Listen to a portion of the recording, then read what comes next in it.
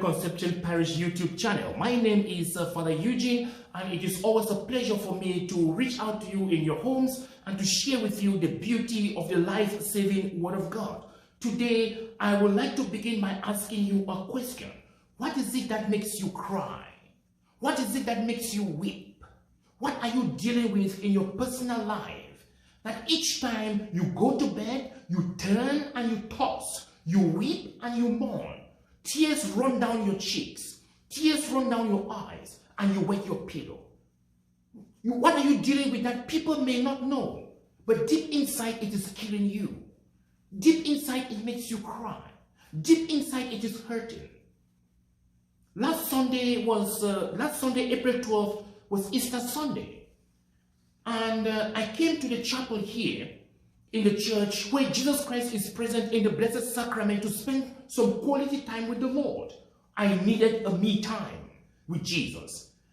And when I was sitting here, one of the priests at the church walked in and saw me and said to me, "Father, are you okay?" I said, "I am okay. Thank you for asking." And he said, "You don't seem okay." I said, "I will be fine." And to be perfectly honest with you, my dear friends, I was not okay. I was not okay because my mind was crowded with everything going on in our world today. I was just from watching the news, and I've seen the number of people dying in the United States of COVID-19. I've seen people dying in Italy, people dying in Spain, people dying in France, people dying even here in Canada, and people dying in my home country, Cameroon, where so many people have contracted the disease. And so I was so worried. I was so sad, I was sober. And I was also sober because I have received calls from people I know, people from my community, who are saying to me, "Father, please say some prayers for me because I have tested positive for COVID-19. Or my loved one has died of COVID-19. I was sad also because I have witnessed the funerals, have buried people who have died of COVID-19. And I feel the pain of the families and of the loved ones. I was also sad because it was Easter Sunday, and for my 10 years at this church, I have never seen anything like this. There was nobody here. Everybody stayed home because we have been advised by medical professionals and by government to stay home in order to stop the spread of COVID-19 or the coronavirus. My dear friends, while I was thinking and praying and meditating, I started reading the story of Mary Magdalene in John's Gospel in chapter 20, where we hear that Mary Magdalene, who was a fervent, faithful disciple of Jesus, who went to Jerusalem with Jesus, who witnessed the crucifixion of Jesus, who knew exactly where Jesus Christ was buried, she went to the tomb the first day of the week, which is a Sunday for us Christians. It's the day of the resurrection. And she went to anoint the body of Jesus. She went to embalm the body of Jesus that was buried on Good Friday. And as she was walking along with some women, they were having a conversation. They were asking themselves, who is going to roll the stone that is at the entrance to the tomb? Because they did not have those muscles. Probably they needed a man with all those muscles to roll the stone. And where were the apostles? They were still hiding in the upper room for fear of the Jewish authorities. When they got to the tomb, they realized that the stone had been rolled and the body of Jesus was not there.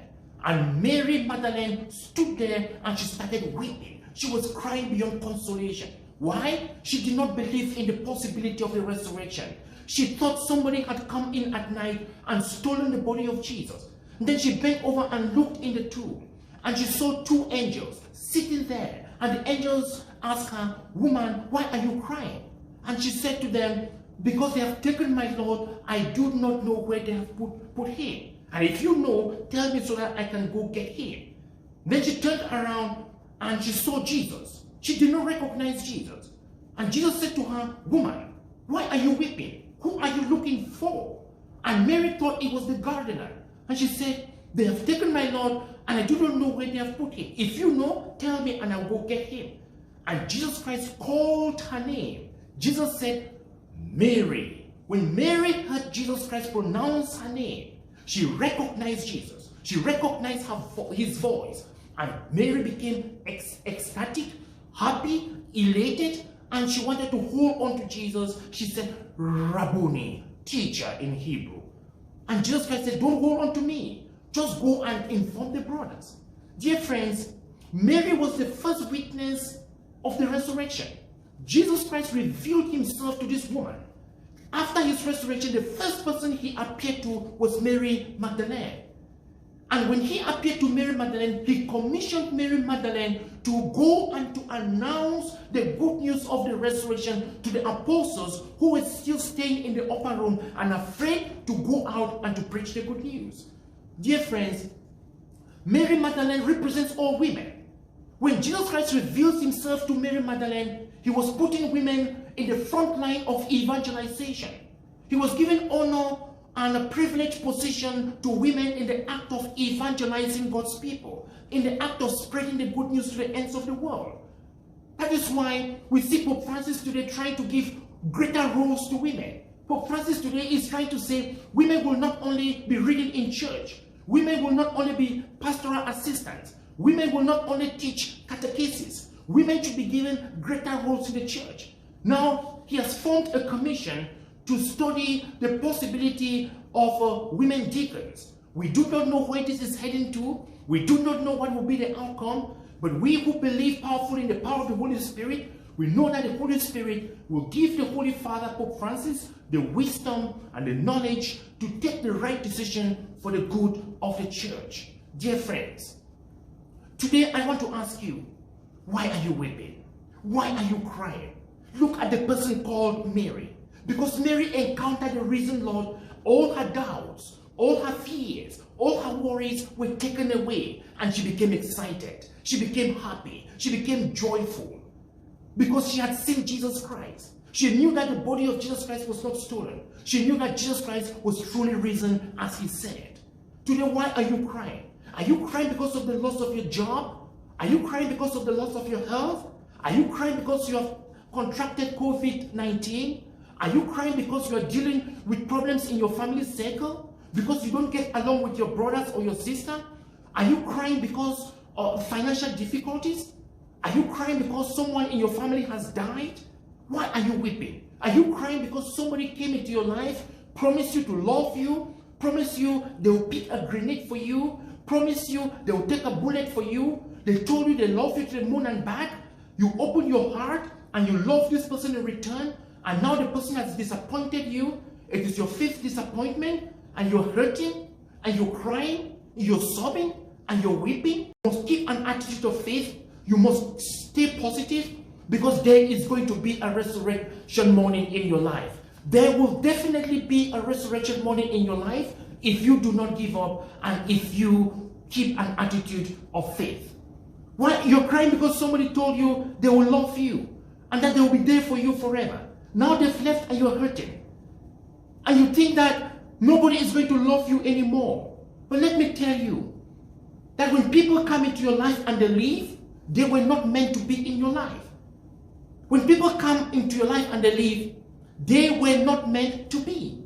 God is going to package somebody that will come into your life, will love you, will know all your problems, will know all your limitations, will know all your flaws, will know you cannot cook, will know you cannot boil an egg, but the person will still love you and appreciate you. That is the kind of person God is going to bring into your life if you keep an attitude of faith. Remember, no man or woman is worth your tears. Your joy and your happiness is not tied to any human person. Your joy and your happiness is not tied to the person that loved you and left you. God has a plan for you. And God is going to bring in a person into your life at his own appointed time. Because God's time is the best. Stop crying. Stop weeping. Stop mourning. Keep on praying. Hold on to your faith. Hope in the Lord. Trust in the Lord.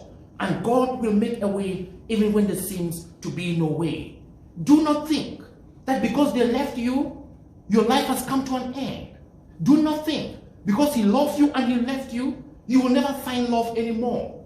God has a special plan for you because you are special in his eyes.